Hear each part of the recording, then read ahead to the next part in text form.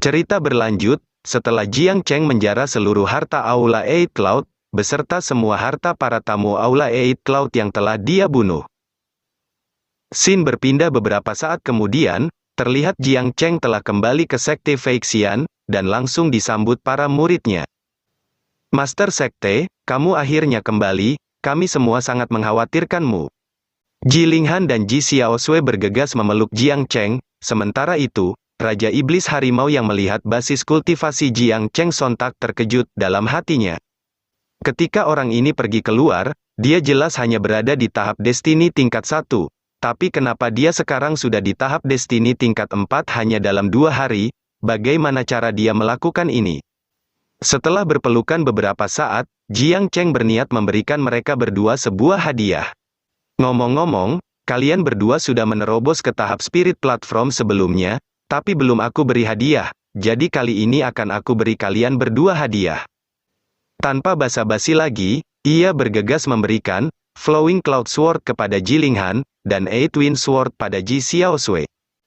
Melihat hadiah itu, mereka berdua sontak terkejut, Master, ini pedang spiritual tingkat 8. Para murid lain juga sontak terperangah melihat hadiah itu, pedang spiritual tingkat 8, aku bahkan tidak berani untuk berpikir bisa memilikinya. Di seluruh prefektur Feiyun, hanya Aula Eight Cloud yang memiliki pedang spiritual tingkat 8. Mungkinkah mereka memberikan senjata itu kepada Master Sekte, apalagi itu 2 pedang sekaligus, apa itu mungkin? Jiang Cheng berteriak memberikan motivasi pada mereka semua, ini adalah sebuah aturan Sekte Feixianku, siapapun yang berkultivasi dengan cepat akan mendapat hadiah. Mendengar itu, semua murid sontak sangat bersemangat untuk berlatih, mari kita bekerja keras. Sementara itu, di dinasti Qianxing, terdengar kebisingan orang-orang yang membicarakan tentang kehancuran Aula Eight Cloud. Apakah kamu sudah mendengar Aula Eight Cloud telah dihancurkan? Juga Pangeran Siang Bakita, dan semua utusan dari berbagai sekte yang datang untuk berpartisipasi dalam perayaan Aula Eight Cloud, mereka semua mati. Yang melakukannya pasti bukan hanya satu orang, itu pasti sebuah kekuatan besar dari beberapa pihak yang tidak diketahui. Lalu siapa orang yang melakukannya? Entahlah, akhir-akhir ini sering terjadi pembantaian. Dan ada yang berteriak marah, siapa yang melakukan pembantaian ini? Katakan padaku, aku pasti akan menguliti pelakunya, dia adalah Kaisar Dinasti Qianxing, Ye Gao. Perdana Menteri Dinasti Qianxing, Yang Jie, melapor, lapor yang mulia. Setelah aku memeriksa TKP, aku menyimpulkan bahwa telah terjadi perebutan sebuah harta karun di Aula Eight Cloud. Jenderal Dinasti Qianxing, Luran, menambahkan, setelah melakukan pemeriksaan, dipastikan bahwa semua orang di sana mati secara bersamaan. Jadi aku menduga, Qi Yuansheng lah, orang yang membunuh mereka semua dengan arai besar sektenya. Yang Jie menanggapi, Jenderal Lu, jangan lupa bahwa Qi Yuansheng sendiri juga sudah tewas di sana. Luran membalas, kalau begitu menurutmu siapa orang yang melakukan pembantaian ini? Kalian berdua berhenti berdebat, kalau menurut pendapatku, orang yang seharusnya menjadi tersangka adalah Jiang Cheng, dia adalah komandan pengawal dinasti Qianxing, Xia Houjun. Ye Gao bergegas bertanya, siapa itu Jiang Cheng? Xie Houjun menjelaskan, Jiang Cheng adalah Master Sekte Feixian, sekte kecil yang berada di prefektur Feiyun. Orang ini memperoleh sebuah harta karun, hingga membuat kekuatannya melonjak, dia juga telah meratakan beberapa sekte lain berturut-turut. Oh, jadi begitu, aku juga pernah mendengar tentang masalah itu. Setelah mendapatkan penjelasan dari Xie Houjun, Ye Gao bergegas memanggil Jenderal Dinasti Qianxing, Lu Ren. Siap, saya di sini. Kamu sekarang pergilah ke Qinglan Mansion, tidak peduli pembantaian ini berhubungan dengan mereka atau tidak, kamu ratakan saja Sekte Feixian ini, baik yang mulia. Namun secara tiba-tiba, ada seseorang yang berteriak menghentikan mereka, tunggu sebentar. Setelah terdengar teriakan itu, ada seseorang yang berjalan memasuki aula pertemuan. Dan berkata, Yang mulia, tolong biarkan aku saja yang menangani masalah ini, dia adalah Putri Dinasti Qianxing, Ningti. Ye Gao membalas, kamu bukannya berlatih dengan baik, mengapa kamu justru datang kemari untuk bermain-main? Ningti menjawab, aku bosan berlatih setiap hari, dan akhirnya hari ini ada yang menyenangkan, jadi aku ingin pergi, jika tidak setuju aku pasti akan kabur dari istana ini. Bukannya aku tidak setuju, akan tetapi perjalanan ini sangat berbahaya, jadi aku khawatir hal buruk akan menimpamu. Dengan cukup kesal, Ningti menanggapi, apa yang berbahaya, bukankah di sana hanya ada seekor iblis harimau yang dikabarkan berada di tahap destiny tingkat 9?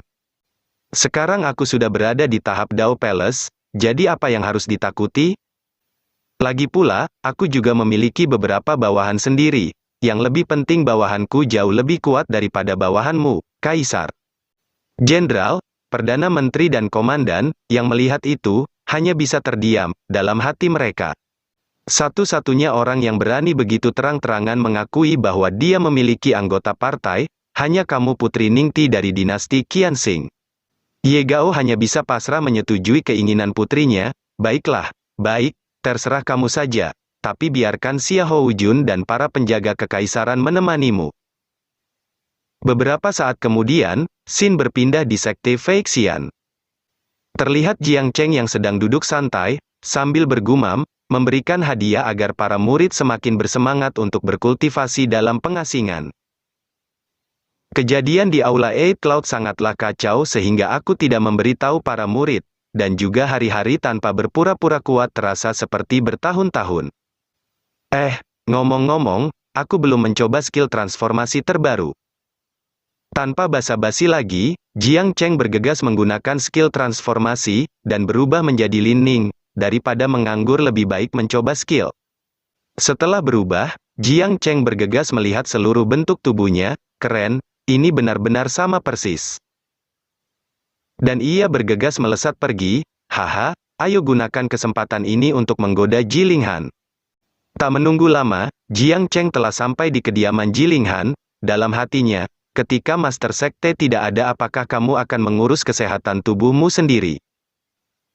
Namun saat dia mengintip dari jendela, ia melihat bahwa Jilinghan sedang sibuk berkultivasi.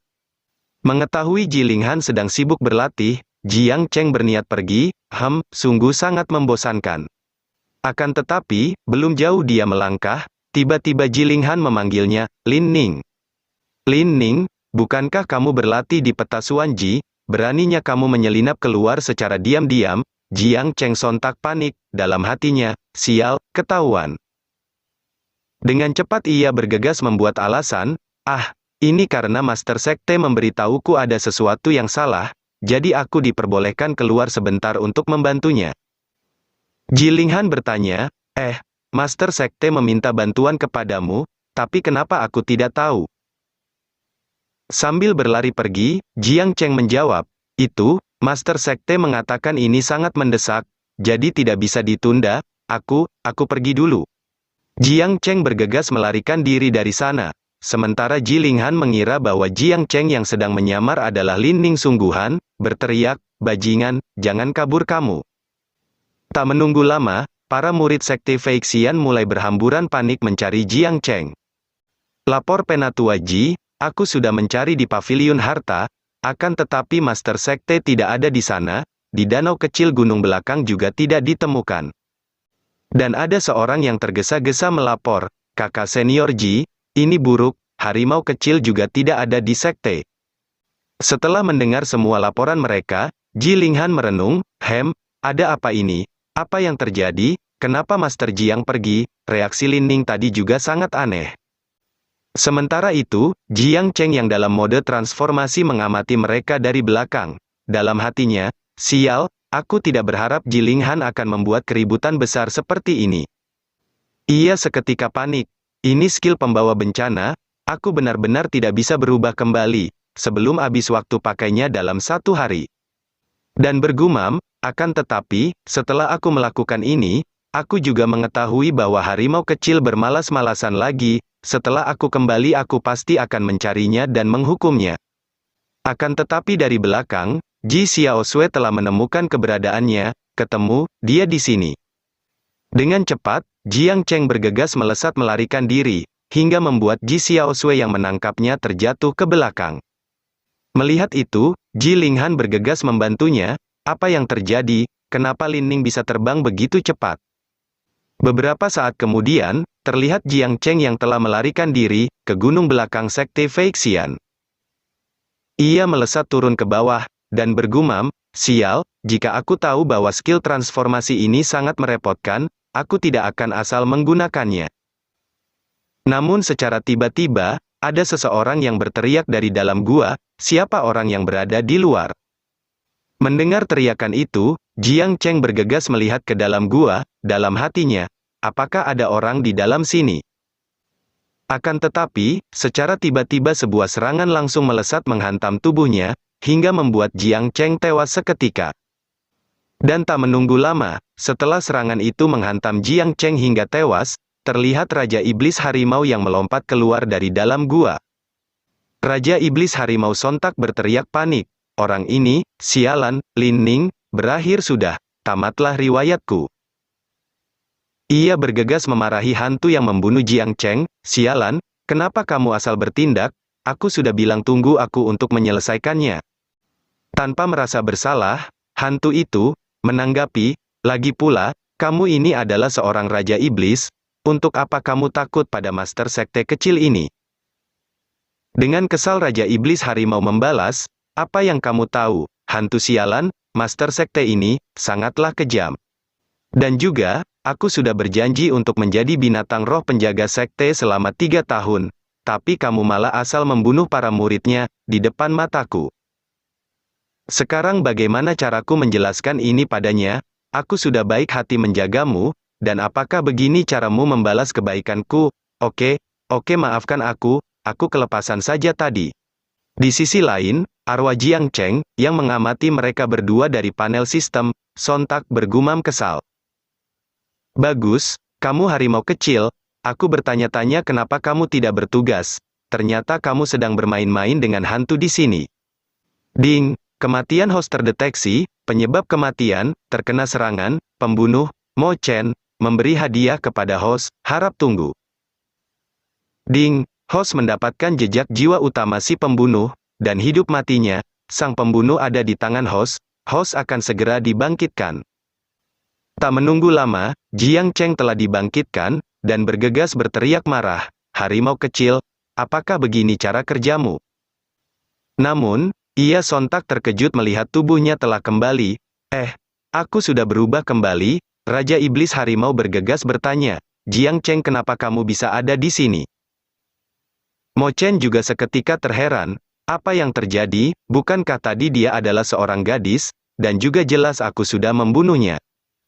Jiang Cheng menanggapi, yang kamu bunuh hanyalah klon diriku. Aku peringatkan kamu, jika kamu berani bersikap liar di Sekte Feixian, kamu pasti akan menanggung resikonya." Tanpa banyak basa-basi lagi, Jiang Cheng bergegas menggunakan teknik wawasan untuk melihat makhluk jenis apa Mo Chen ini. Namun Jiang Cheng sontak terheran, karena tak mendapatkan satupun informasi dari sistem, dan berpikir, apa yang terjadi, kenapa aku sama sekali tidak bisa melihat informasi hantu ini? Ding, menjawab pertanyaan host, dengan kemampuan host saat ini, teknik wawasan hanya bisa memperoleh informasi tentang materi dunia ini, dan materi non-dunia ini tidak bisa diidentifikasi. Dalam hatinya, materi non-dunia, jadi seberapa misterius benda ini lebih misterius daripada Dahuang. Raja Iblis Harimau mencoba menenangkannya, "Jiang Cheng, ini semua hanyalah salah paham, kamu jangan marah, dia bukanlah seorang musuh." "Kesalahpahaman apanya? Jika yang terkena serangan tadi adalah Lin Ning sungguhan, dia pasti akan mati, aku akan membunuh benda ini terlebih dahulu, baru kemudian kamu dapat memberiku penjelasan." Mendengar perkataan Jiang Cheng, yang begitu percaya diri ingin membunuhnya, Mo Chen sontak tertawa. "Haha, hanya semut di tahap destiny tingkat 4 ingin membunuhku, raja ini bahkan bisa membunuhmu dalam satu pikiran."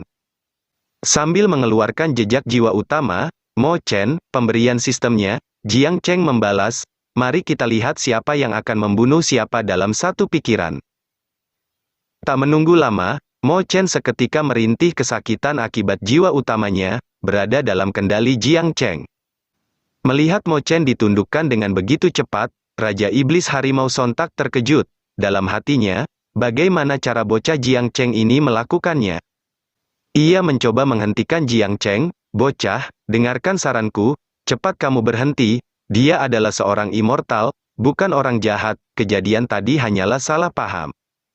Sambil menahan rasa sakit, Mo Chen bergegas meminta maaf, Master Jiang, maafkan aku salah, tolong ampuni hidupku, aku menyerah. Jiang Cheng menanggapi, oh, benarkah begitu? Maka sekarang kamu berlututlah di depanku. Raja Iblis Harimau sontak terkejut, bocah, berilah dia beberapa wajah, dia adalah seorang immortal. Tanpa basa-basi lagi, Mo Chen bergegas berlutut, baik, mulai sekarang aku akan menjadi seorang bawahan, yang hanya akan mengikuti Master Sekte Jiang.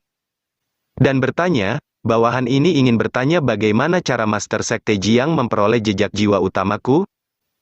Dalam hatinya, hehe, dewa benar-benar mengirimkan jejak jiwa utamaku ke sini, jadi aku tidak perlu repot-repot mencarinya.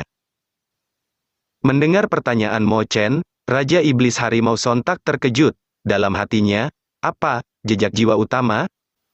Namun sistem Jiang Cheng, sama sekali tidak memberikan notifikasi kesetiaan Mo Chen. Ia berpikir, sistem tidak muncul, itu berarti orang ini tidak tulus menjadi pengikutku. Sambil meremas jejak jiwa utama Mo Chen, Jiang Cheng berkata, hei, apakah kamu pikir kamu bisa lolos dengan berpura-pura menyerah? Kamu tidak bisa membodohiku.